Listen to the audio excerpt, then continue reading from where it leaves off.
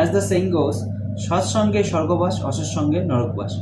Elders often say, choose your friends and your circle wisely. The people you surrounded yourself with will shape the direction of your life.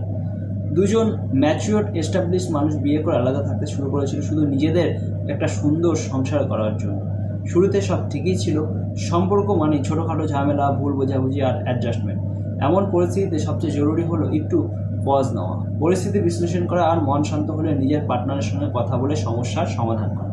কিন্তু যেটা করা উচিত নয় তা হলো তৃতীয় ব্যক্তিকে জড়ানো, সে বন্ধু হোক, দিদি হোক বা নিজের চোখে তথাকথিত ওয়েল উইশার, কারণ তারা শুধু এক পক্ষের গল্প শুনে আর ধীরে ধীরে সম্পর্কটাকে বিষিয়ে তোলে। দুজন মানুষের সম্পর্কের মধ্যে এত তৃতীয় ব্যক্তি, বন্ধু বান্ধব, দিদি কেন ঢুকে পড়বে আর বলবে ছেড়ে দে, বেরিয়ে যায়, ওখানে থাকিস না। দুজন মানুষের মধ্যে বোঝাপড়ার সমস্যা থাকতেই পারে, অ্যাজ বন্ডিং টেক্স টাইম। সেখানে কোনো দিদি এসে বলবে কাউকে জানা, ওদের আসল রূপ দেখা, পাবলিককে দেখা ওরা কত খারাপ। পাবলিক জানলে কি হবে? কাদা ছাড়াছুড়ি ছাড়া আর মুখরোচক আলোচনা ছাড়া।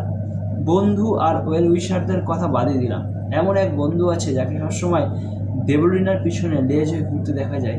আগের রাতে এক বন্ধু আত্মহত্যার চেষ্টা করে হাসপাতালে ভর্তি হয়।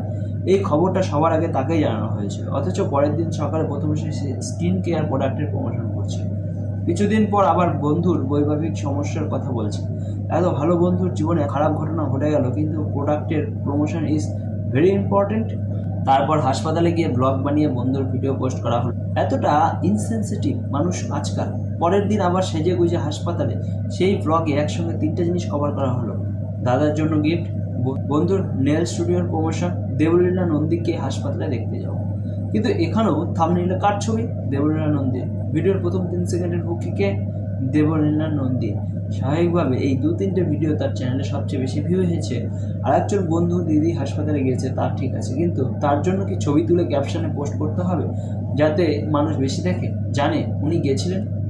আর বাকি দলবল, বন্ধু আর তথাকথিত ওয়েল উইশাররা হয়তো হাসপাতালে গিয়ে ছবি তুলতে ভুলে গিয়েছিলেন, তাই ক্যাফেতে চা খাওয়ার আড্ডার ছবি দিয়ে ক্যাপশন দিলেন, দেবলীনাকে সুস্থ দেখে এলাম।